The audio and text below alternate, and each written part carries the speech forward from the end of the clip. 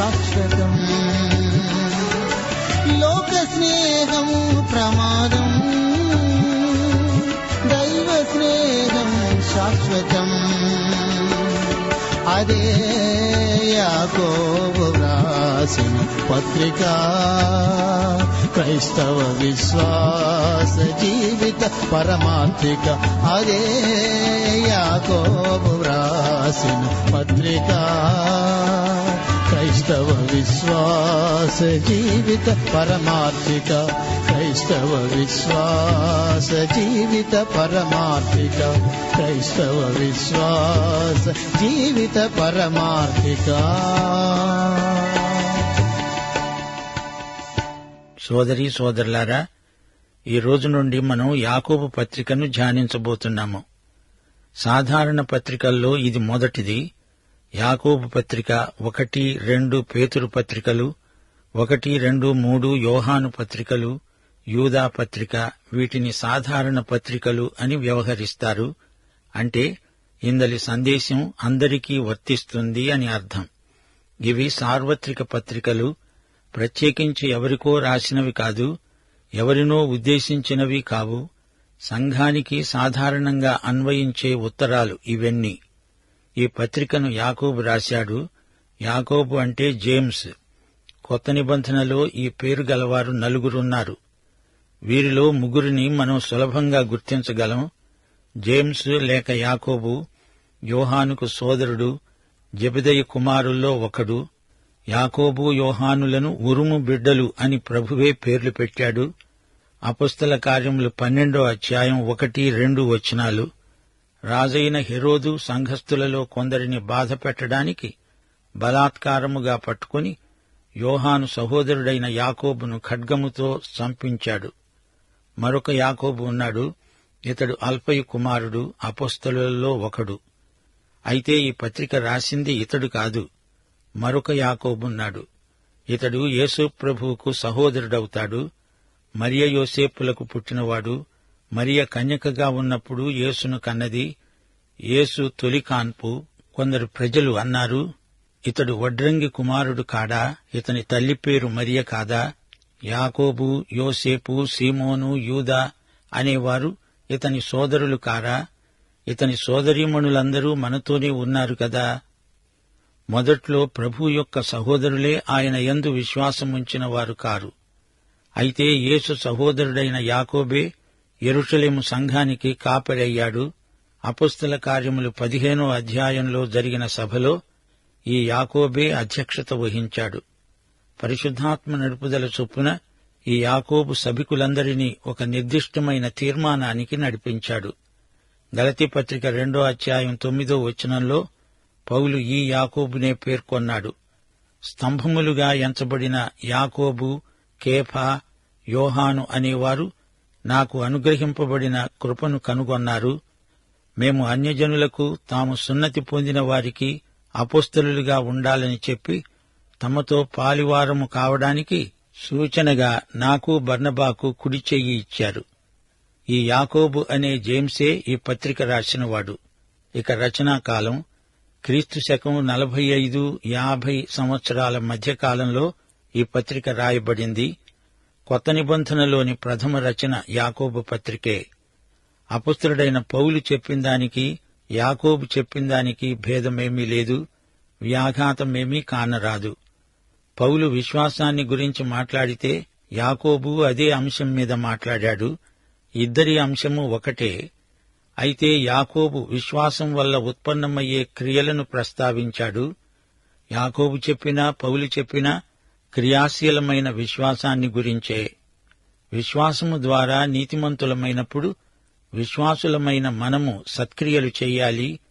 పనిచేసే విశ్వాసం, దానికి ముందు రక్షించే విశ్వాసం. ఈ రెండిటినీ అపొస్తలుడైన పౌలు ప్రస్తావించాడు. 1, మనము క్రియలను బట్టి నీతిమంతులము కాలేదు. ఎఫెసీ పత్రిక 2వ అధ్యాయం 8-9 వచనాలు. మీరు విశ్వాసము ద్వారా కృపచేతనే రక్షింపబడి ఉన్నారు. అది మీ వలన కలిగినది కాదు, దేవుని వరమే. అది క్రియల వలన కలిగినది కాదు గనుక ఎవడునూ అతిశయపడడానికి వీలు లేదు. తీతు పత్రిక 3:5 మనము నీతిని అనుసరించి చేసిన క్రియల మూలముగా కాక తన కనికరము చొప్పుననే పునర్జన్మ సంబంధమైన స్నానము ద్వారా పరిశుద్ధాత్మ మనకు నూతన స్వభావము కలుగచేయుట ద్వారా మనలను రక్షించాడు. అయితే మనము నీతిమంతులమైంది క్రియల కొరకే, సత్క్రియలు చేయడానికే. తీతుపత్రిక 3:8 పౌలన్నాడు, ఈ మాట నమ్మదగినది గనుక దేవునియందు విశ్వాసముంచిన వారు సత్క్రియలను శ్రద్ధగా చేయుటయందు మనస్సుంచాలి.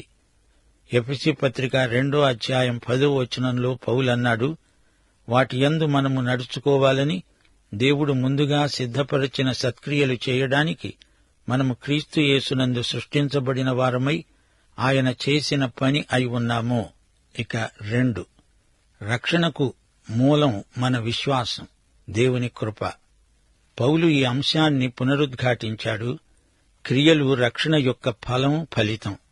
ఈ సత్యాన్ని యాకోబు తన పత్రికలో చర్చిస్తాడు. రక్షణకు విశ్వాసం కారణం, క్రియలు రక్షణకు ఫలితం. క్రియలు నిన్ను రక్షించవు అని పౌలన్నప్పుడు అవి ధర్మశాస్త్ర క్రియలని మనం గ్రహించాలి. యాకోబు క్రియలను గురించి మాట్లాడినప్పుడు ఈ క్రియలు విశ్వాస సంబంధమైనవి. యాకోబు పత్రిక 2:18 ఇదే సవాలు వేయబడింది. ఒకడంటాడు, నీకు విశ్వాసమున్నది, నాకు క్రియలున్నవి.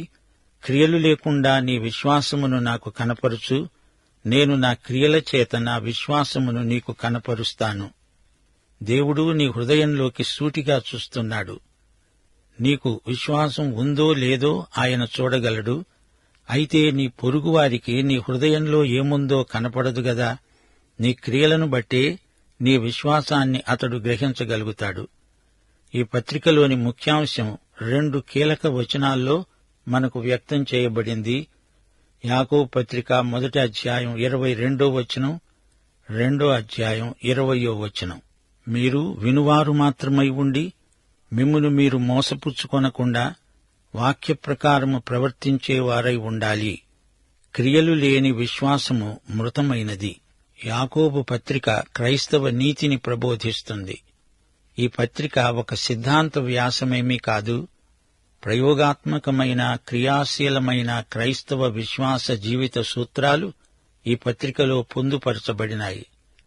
విశ్వాసమనే అంశం యాకోబు పత్రికకు కేంద్రంలో ఉంది. మృత విశ్వాసాన్ని ఖండించి సజీవ విశ్వాసాన్ని ఎత్తిచూపుతుంది యాకోబు పత్రిక. యాకోబు గొప్ప ప్రార్థనాపరుడు. ఇతనికి ముసలి ఒంటి మోకాళ్లున్నాయని అందరూ చెప్పుకునేవారు.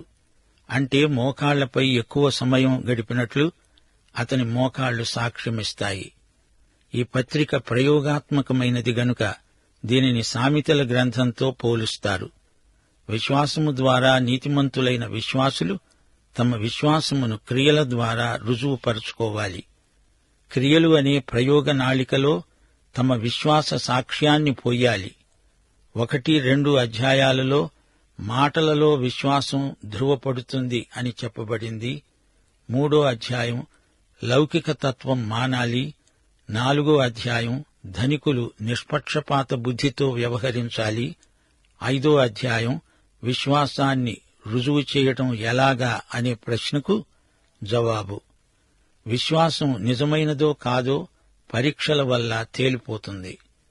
దేవుని వాక్యానికి విధేయులై సంఘములో తమ ప్రవర్తన ద్వారా, క్రియల ద్వారా, నోటి మాటల ద్వారా విశ్వాసులు తమ విశ్వాసాన్ని రుజువుపరుచుకోవలసిన అవసరం ఎంతైనా ఉంది. ఈ ఉత్తరమంతా విశ్వాసాత్మకమైన క్రియలను గురించి, క్రియాత్మకమైన విశ్వాసమును గురించి ఒక గొప్ప చర్చ. ఈ గ్రంథం వేషధారులను గద్దిస్తుంది, విశ్వాసుల కుటుంబ జీవితాన్ని సరిదిద్దుతుంది. యూదమతం నుంచి వచ్చిన విశ్వాసులకు కావలసిన ప్రవర్తన నియమావళి ఈ పత్రికలో ఉంది. శ్రమలు, శోధనలు, పరీక్షలు వస్తాయి. సత్క్రియలను ఫలించే విశ్వాసం ఎలాంటిదో యాకోబు పత్రిక తేటగా చూపుతుంది. నిష్పక్షపాతంగా దేవుని బిడ్డలు ప్రవర్తించాలి. నాలుకను జాగ్రత్తగా కాపాడుకోవాలి. పైనుండి వచ్చే జ్ఞానాన్ని కోరాలి. జగడాలాడకూడదు. తోటివారిపై అభాండాలు వేయకూడదు. ఆ రోజుల్లో యూద క్రైస్తవ విశ్వాసులు ఎన్నో శ్రమలకు గురి అవుతున్నారు. వీరు యేసుక్రీస్తు ప్రబోధాలకు అనుగుణంగా జీవించాలని యాకోబు హెచ్చరిక చేస్తున్నాడు. కొండమీది ప్రసంగంలోని అంశాలెన్నో ఈ పత్రికలో వివరించబడినవి. క్రైస్తవ జీవన శైలి ఎలా ఉండాలో, మాటలలో చేతల్లో విశ్వాసులు ఎలా మసలుకోవాలో యాకోబు వివరించాడు. సంఘంలో ధనికులు బీదవారు అనే విభజన ఉండకూడదు. నాలుక ఉంది కదా అని ఇష్టమొచ్చినట్లు మాట్లాడకూడదు. ప్రార్థన చెయ్యండి, దేవుని జ్ఞానాన్ని స్వీకరించండి, తోటివారి అక్కరలో తోడ్పడండి, రోగులను పరామర్శించండి అని యాకోబు ప్రబోధిస్తున్నాడు. మనకు రక్షణ దేవుని కృపచేత లభించింది. అయితే విశ్వాసులమైన మన ప్రవర్తన మన విశ్వాసానికి అనుగుణంగా ఉండాలి. విశ్వాసం క్రమశిక్షణను అలవరుస్తుంది. ఆత్మ నిగ్రహం విశ్వాస ఫలమే. యేసు మాదిరికి అనుగుణమైన నడవడిని పెంపొందించుకోండి. దేవుణ్ణి మీ ప్రవర్తన ద్వారా సంతోషపెట్టండి. ఈ పత్రిక యూదులకే కాదు, మనకు కూడా జ్ఞాన సాహిత్యం. కొత్త నిబంధన సామెతల గ్రంథమని దీన్ని పిలవచ్చు. విశ్వాసుల జీవమునకు భక్తికి అవసరమైన కొన్ని ఉపదేశాలు ఇందులో పొందుపరచబడినవి. భక్త యాకోబు తన పత్రికలో ముఖ్యంగా 3 అంశాలు ప్రస్తావిస్తున్నాడు. ధనాన్ని గురించి, దారిద్ర్యాన్ని గురించి యాకోబు కొన్ని అమూల్యమైన సత్యాలు తన ఉత్తరంలో రాస్తున్నాడు. బీదలకు సాయం చేయాల్సిన బాధ్యత విశ్వాసులకు అప్పగించబడింది. 2వ అంశం దౌర్జన్యం అనాధ్యాత్మికం, అవినీతికరం. మాటల్లో కూడా తోటివారిని హింసించకూడదు. ధనికులు తమ పనివారిని వేధించకూడదు. ఇక 3వ అంశం దేవుని వాక్యం వినాలి, ఆ ప్రకారం చెయ్యాలి, జీవించాలి. విశ్వాసం నిన్ను క్రియలకు నడిపించాలి. క్రైస్తవులు మనసా వాచా దౌర్జన్యాన్ని అరికట్టాలి గాని దాన్ని ప్రోత్సహించకూడదు. న్యాయంగా తీర్పు చెప్పే దేవుని నిర్ణయం కోసం ఎదురుచూడాలి. ఎల్లప్పుడూ మన చుట్టూరా ఉన్న బీదలకు కనికరముతో కూడిన సత్కార్యాలు చెయ్యాలి.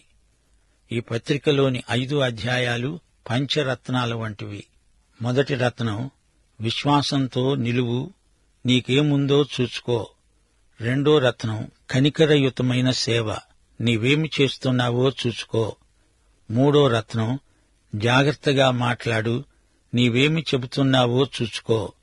4వ రత్నం దేవునికి లోబడు, నీ మనోభావాలను సరిచూచుకో. 5వ రత్నం నీకున్నది ఇతరులతో పంచుకో, నీవేమి చేస్తున్నావో చూచుకో. గొప్ప మాటలు చెప్పి అల్పమైన బతుకులతో ప్రజల ముఖం మళ్లీ ఎలా చూడగలం? చెప్పేదానికి చేసేదానికి పొంతన ఉండాలి గదా. దేవుణ్ణి కలిగిన ప్రజలమని చెప్పుకుంటూ తిరిగి లోకం మీద ఆధారపడి బతకడం ద్వంద్వ వైఖరి. అలాంటి విఫల ప్రయత్నాన్ని యాకోబు పత్రిక ఎండగడుతుంది. మన జీవితాలు సువార్తను చెప్పటం కాదు, సువార్తను చూపాలి. క్రైస్తవమంటే ఏదో మానసికంగా నమ్ముకున్న సిద్ధాంతం కాదు, అది విశ్వాసుల అనుదిన జీవిత విధానం. ఇతరులకు సహాయపడని క్రైస్తవం క్రీస్తు ఆమోదించని వేషధారణ మతం. మన విశ్వాసం పరివర్తన చెందిన జీవితాలలో కనపడాలి. ఈ పత్రికలో క్రైస్తవులకు అవసరమైన వ్యక్తిగత ఉపదేశం, సాంఘికమైన సమస్యలు, వాటి పరిష్కారం, దేవుని పట్ల క్రైస్తవ విశ్వాసులు బాధ్యత కలిగి ప్రవర్తించడం మొదలైన విషయాలను గురించి చర్చించడం జరిగింది. విశ్వాసం క్రియల కోసం మనల్ని ప్రేరేపించే ఆధ్యాత్మిక శక్తి అని భక్త యాకోబు రుజువు చేశాడు. 2 రకాల జ్ఞానం ఉంటుందని ఈ పత్రికలో వివరించడం ఒక ప్రత్యేకత.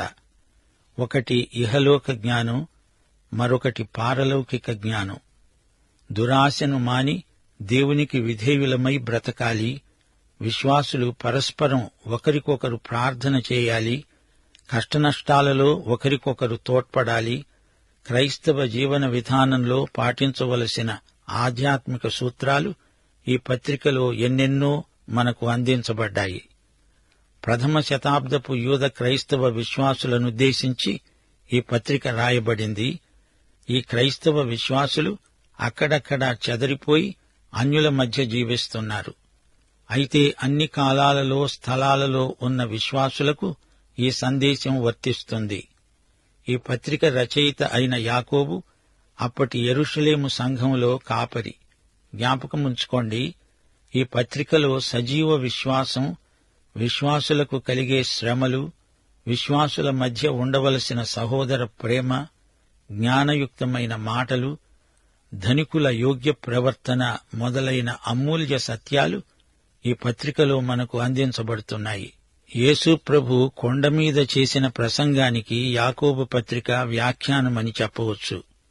సమాధానపరిచేవారు ధన్యులు, వారు దేవుని కుమారులనబడుదురు. మత్తయి సువార్త 5వ అధ్యాయం 9వ వచనం. యాకోబు పత్రిక 3వ అధ్యాయం 17వ వచనం.